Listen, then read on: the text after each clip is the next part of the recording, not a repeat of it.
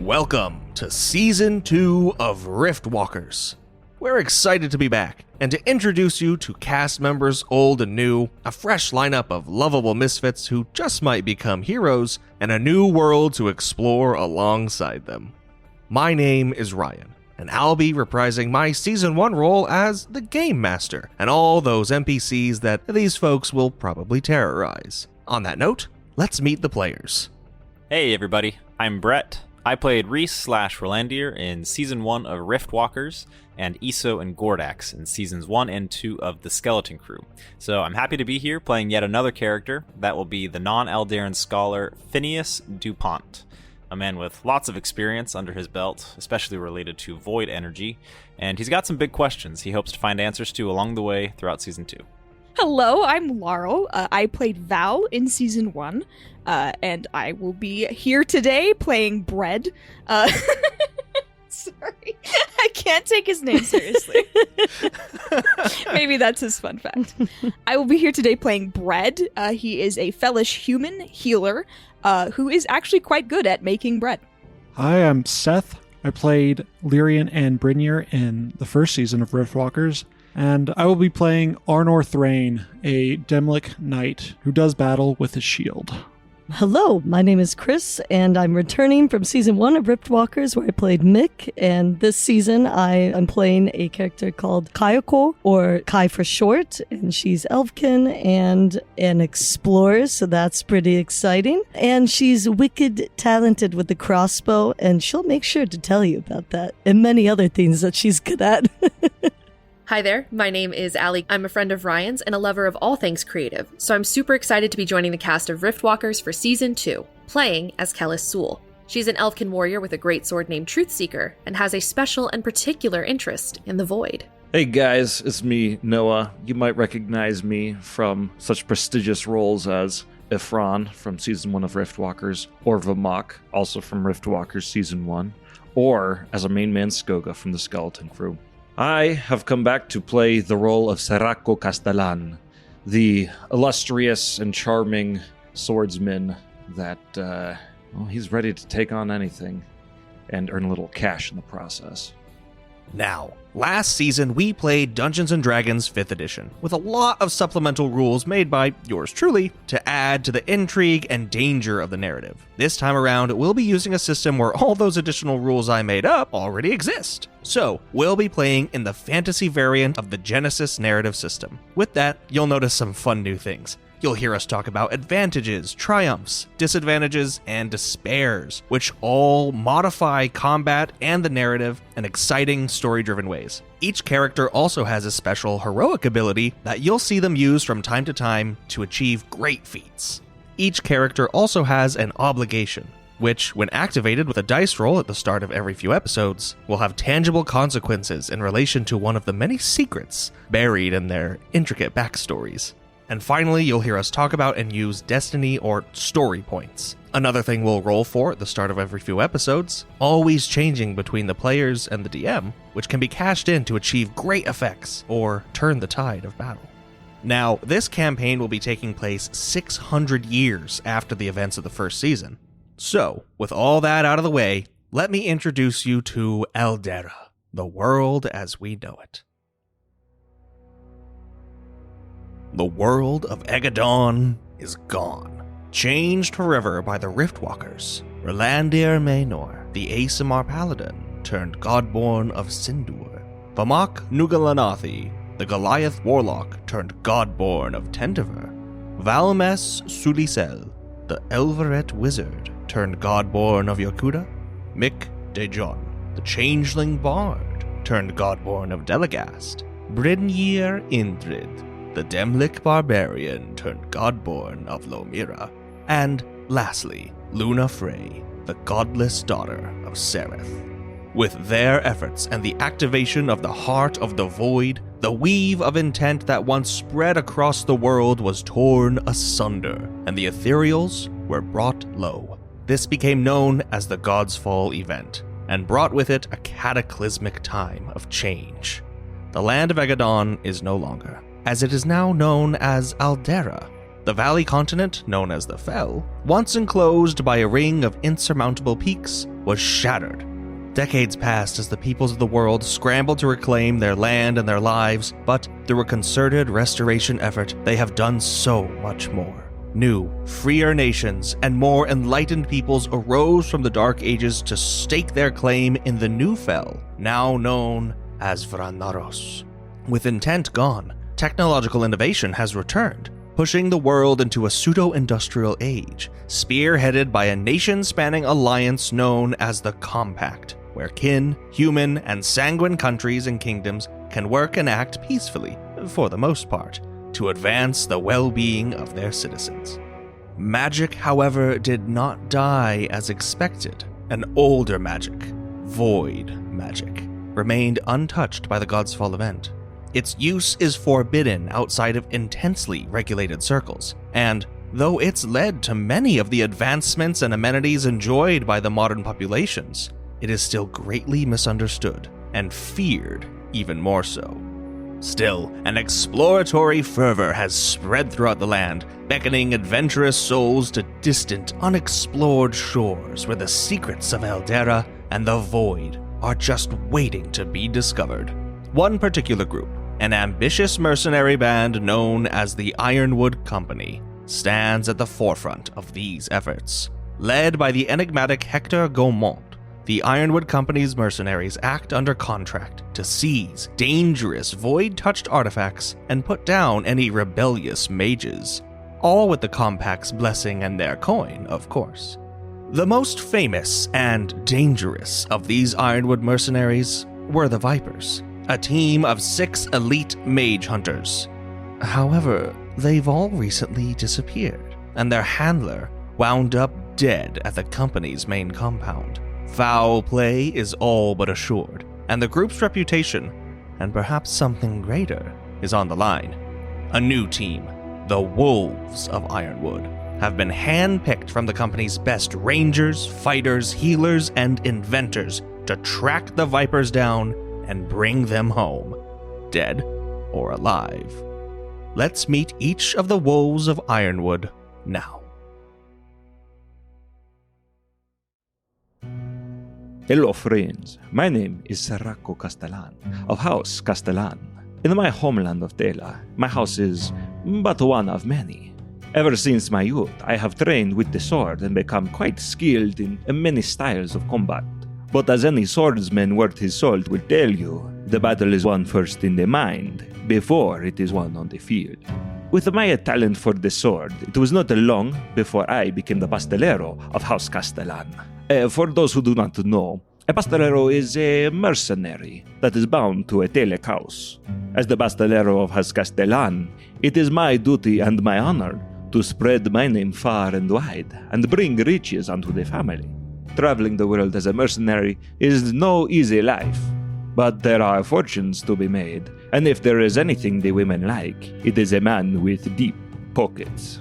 As tales of my exploits spread, I know it was only a matter of time before I was invited to join the prestigious Ironwood Company. And let me tell you, a chance to work among the Ironwood Company is not an opportunity you can afford to pass up. I am confident that the partnership between the company and House Castellan will be most profitable.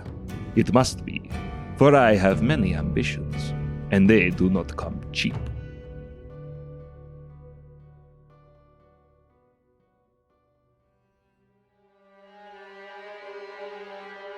My name is Phineas DuPont, but you will call me Finn.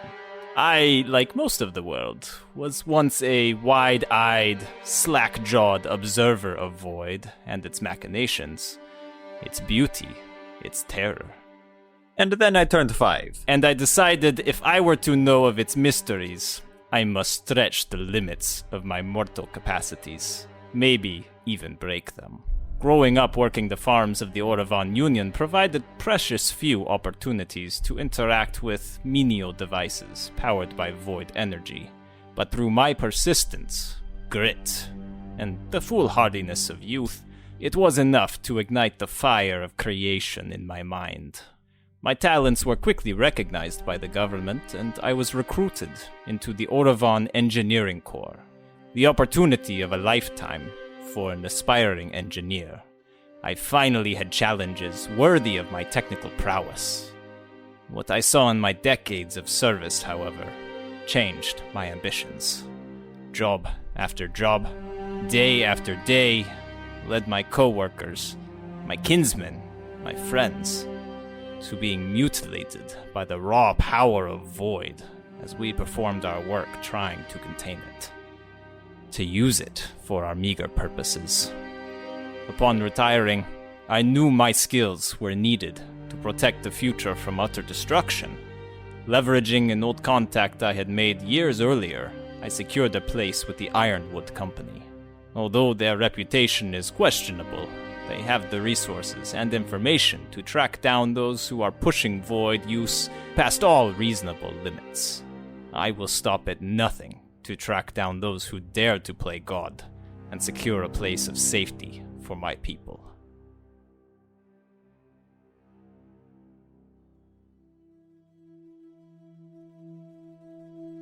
Folks call me Bread. Little nickname I've picked up. You see, I won't accept any monetary payment for my services. If people insist, I'll take bread. Only bread. Even just flour and water will do.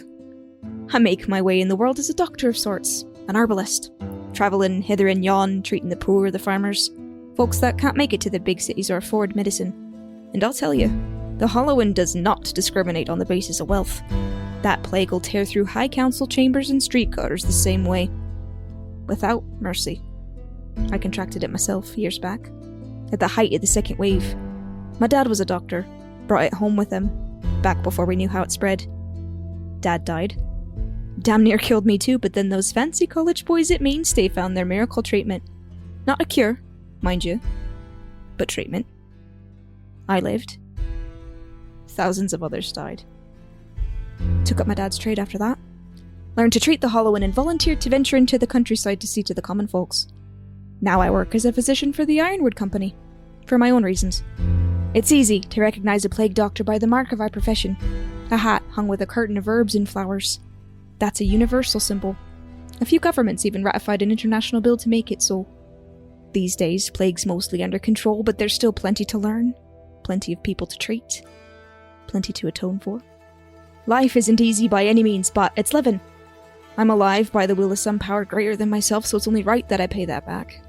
Earn the goodwill of my patients, their families. Perhaps, though, they shouldn't trust me. You see, Pit, I haven't told you the truth.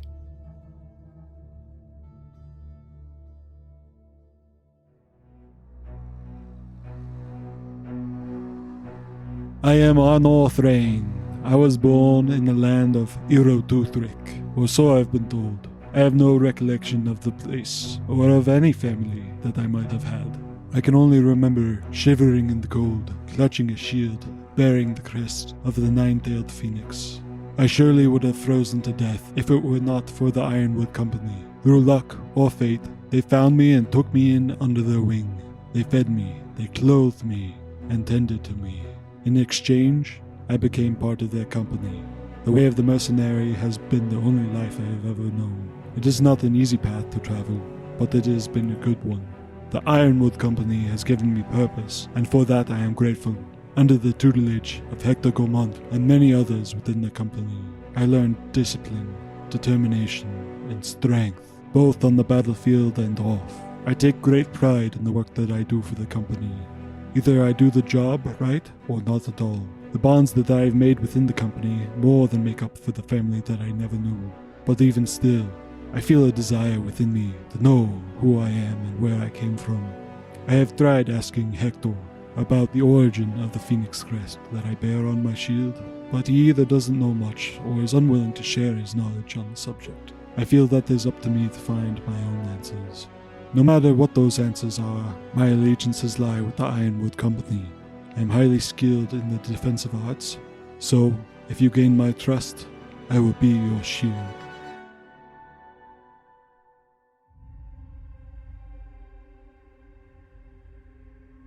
Hi there. My name is Kellis Sewell, but you can just call me Kel. As a child, I spent my years in a small village near the border of the Greater Kinlish Confederation, in my home nation of the Elfkin Ascendancy. I wouldn't say I was itching to leave, but there was always a part of me that wanted more. I had too much curiosity, too much fervor for someone of my station. It wasn't until I shipped off to the academy that I found my calling. You see, I was a strange child. I was passionate and fiery and, how do I say this, prone to violence. My parents didn't know what to do with me, but thankfully the military did, because they whipped my ass into shape faster than the snap of a carrick's tail. And suddenly I had an outlet for all these loud thoughts in my head, and I excelled faster than anyone was expecting. The government had big plans for me, but I found myself drifting again, wanting more. I became curious about the things I didn't understand, things like the void. And I wanted to switch paths, to learn about it, but I wasn't allowed. So I tried in secret to study, to befriend scientists, to find out anything that I could. But that pissed a few people off, and I was reprimanded quite harshly for my troubles. And after that, I decided to leave, to abandon my people in the hopes that maybe, just maybe, I could find my passion again. And because of my choices, my parents disowned me, and I've been on my own now for nearly 30 years. I'm still violent and still curious, which is what led me to what I am now. A mercenary with a chip on my shoulder, a sword at my hip, and a wealth of unbridled curiosity.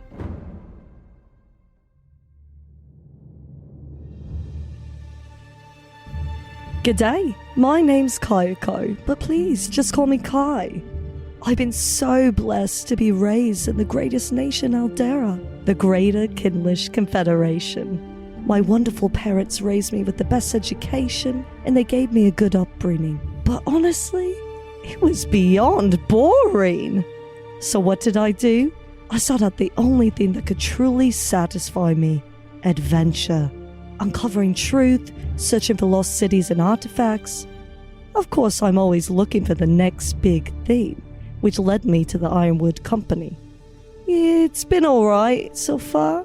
I just love the challenge, the chase. What can I say? I'm just here for the journey. I'm always down to try something new. So, what's next? Thank you for listening to Episode 0. Come along this season with the Wolves of Ironwood as they embark on a perilous quest across uncharted seas and dangerous continents. If you'd like to chat with the cast and fellow fans, get the inside scoop on new episodes, and first looks at all the art and stories we create for the show, consider joining our Discord. There's a link in the episode description. You can also find us on Twitter or Blue Sky at Flash Fantasy, and we're pleased to announce our debut on Instagram and TikTok at Flash Fantasy Podcast. Thanks again, Rift Wardens. Stay tuned for the Season 2 premiere in just a few weeks.